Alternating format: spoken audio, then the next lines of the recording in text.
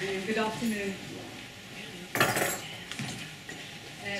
2 weeks ago I travelled to the university and I took a taxi, and I had my Waze app on to make sure that I wanted to know that I was getting there on time.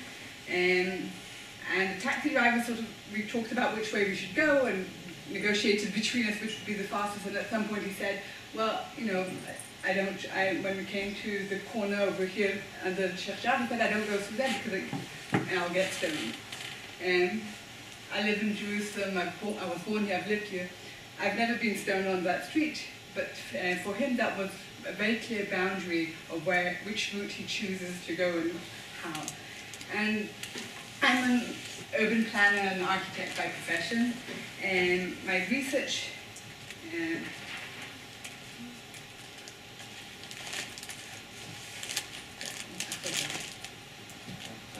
we can put this in.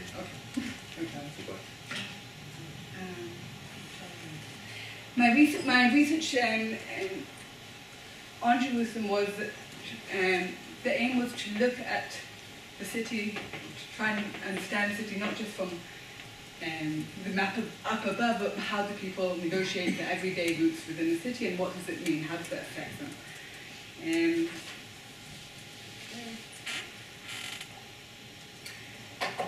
I'm not going to talk about it, but I am going to talk, and my focus in my research wasn't about gender, partly because it's not always, within conflicts there's a tendency to overlook the gender aspect, and it many times is very, very crucial.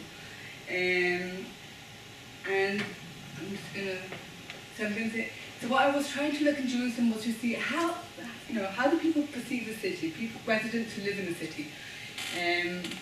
Where do they feel a sense of belonging? Which areas are they fearful of? And where do they actually, how do they negotiate the everyday movement in the city?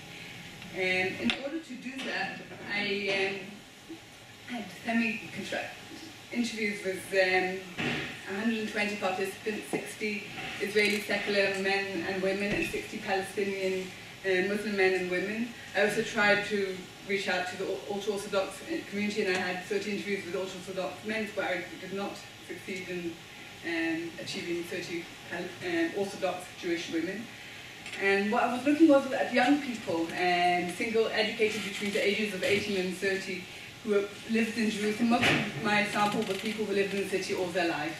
And I looked at young people out of the assumption that they have greater mobility throughout the city because they do not have 3 kids that are waiting for them at home. During the interviews, I asked people to draw maps. I asked them to divide the city according to the different ethno-national communities. I asked them to map their areas on the basis of 3. I asked them to map where do they feel a sense of belonging, fear, unknown areas, neutral feelings, where they felt at home. And I also asked them to gauge their sense of, for some people maps are very difficult to approach, to use. So I gave them 65 neighborhoods and areas in the city, and I asked them to gauge to what extent do they feel a sense of belonging in that area, a sense of safety, and familiarity. At the second stage, I gave only the women in my sample GPS tracking devices, and I wanted to see where do they actually go for 1 week.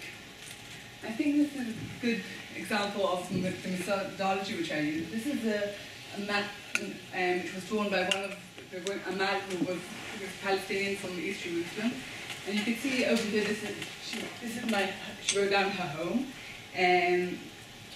which is in a tall neighborhood, which is a very, very condensed neighborhood by the separation barrier. It's a very undeveloped neighborhood in the sense of infrastructure, and one could define the area where she lives. One could see as almost a slum urban area, and you can see her the image of the city of East Jerusalem over here. The center of the city is the Al-Aqsa Mosque, and over here in red is West Jerusalem. And when she finished drawing it, she said, I deliberately made it complex to illustrate how I suffer in order to reach my goals. this is a map of sense of belonging, and you can see over here, this is the Atul neighborhood, this is the separation barrier, and you can see in black is the GPS tracking of the week. She traveled, this is the old city over here, she traveled to college in West Jerusalem every day to study. During the weekend she went to see families in Beit Hanina and Shafat and Beit Hanina, and you can see that for her most of the city was a place where she did not feel that she belonged. I think these two maps, the map is a map of a Palestinian woman and an Israeli Jewish woman, of their sense of belonging. And it's a map of a student studying in the Hebrew University who lived in West Jerusalem in the upper middle class neighborhood in Beit HaKerem. She traveled during the weekend to the old city, and you can see that it's only the Christian quarter over here. And she traversed to the university across here in East Jerusalem. And you can see that all the Jewish neighborhoods in West Jerusalem and the Jewish neighborhoods, settlement neighborhoods in East Jerusalem are marked as areas where she feels a sense of belonging. And East Jerusalem, here, the Palestinian neighborhoods are all marked as a space where she doesn't feel belonging. If you compare it to the map here of Samira, who lives in Shafat, she studied for 4 years in the Hebrew University over here, where she feels that she does not belong. She worked during the week in Beit Lechem, which is over here. She worked in the weekends in the hospital in West Jerusalem, Shaarei Tzedek, and during the week she went out with friends for coffee in West Jerusalem over here in Jaffa, Hillel. And you can see that as much as her movement was not at all segregated, her sense of belonging was clearly her neighborhood and the old city and Sheikh Jarrah here are marked as areas where she felt a sense of belonging. If we sort of look at the aggregated GPS of 30 Palestinian women and 30 Jewish Israeli women, then one of the questions is the city divided, not divided, to what extent it's divided, and one can start looking at these sort of maps and say, well, it's divided, it isn't. But if we look at what the GPS allows us to look at the percentage of time, and you can see that the Jewish Israeli women were segregated within areas that they defined as Jewish Israeli space, and while the Palestinian women spent 40% of their time in areas which they defined as Jewish Israeli areas. And I think it's one of what for me was important to understand. Well, how do they feel? How do they feel when they traverse these boundaries? And what does it mean to them? So I feel normal. It's like I have no choice. I must work and be in contact with them, the Jews. It isn't my preference. I have no other place. So this is unequal power relations. That in order to find a job, to go shopping, to coffee shop, many reasons, West Jerusalem is much more attractive, and there isn't much of a choice regarding these questions, wherever you want to find a job. The second narrative which came out very clear was a space of fear.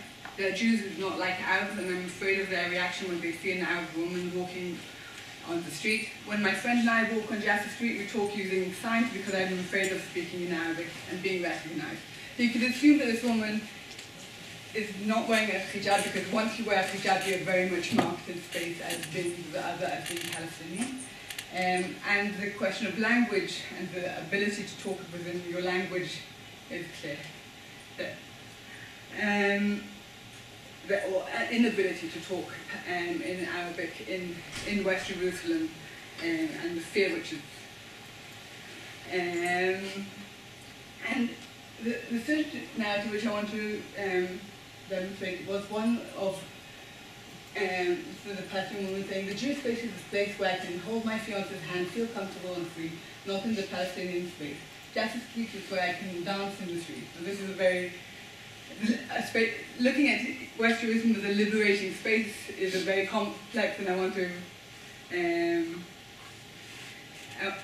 want to say that at the same time that it might be a liberating space in the sense of the gender, it is at the same time very much a space of fear and space. So what I want to claim is that these different narratives are all connected in the sense that they're interchangeable. One woman can feel at the same time both a sense of freedom or liberation on a gender basis, and yet on the other hand, fear on the national basis of being a victim. And one of the questions was, as a planner, was, well, what do I do with this information, and what does it mean, and how does it change the way we live? So by looking at Jerusalem and looking at these mobility maps of where do people actually spend, both communities spend time together, and we're in one of those areas where Israelis and Palestinians are meeting, and it's becoming much more of a space of encounter between Palestinians and Israelis. The Hebrew University over here is looking and seeing that there's a very specific area within the city which works this way, which is and so the question is, how do we start creating these areas as areas where people could feel a sense of belonging who do not. How do we make the university a space where Palestinians feel a sense of belonging? How can one transform the power relations within these sort of specific areas? And so I will conclude with that and open up for questions. Okay. Thanks very much, Malka.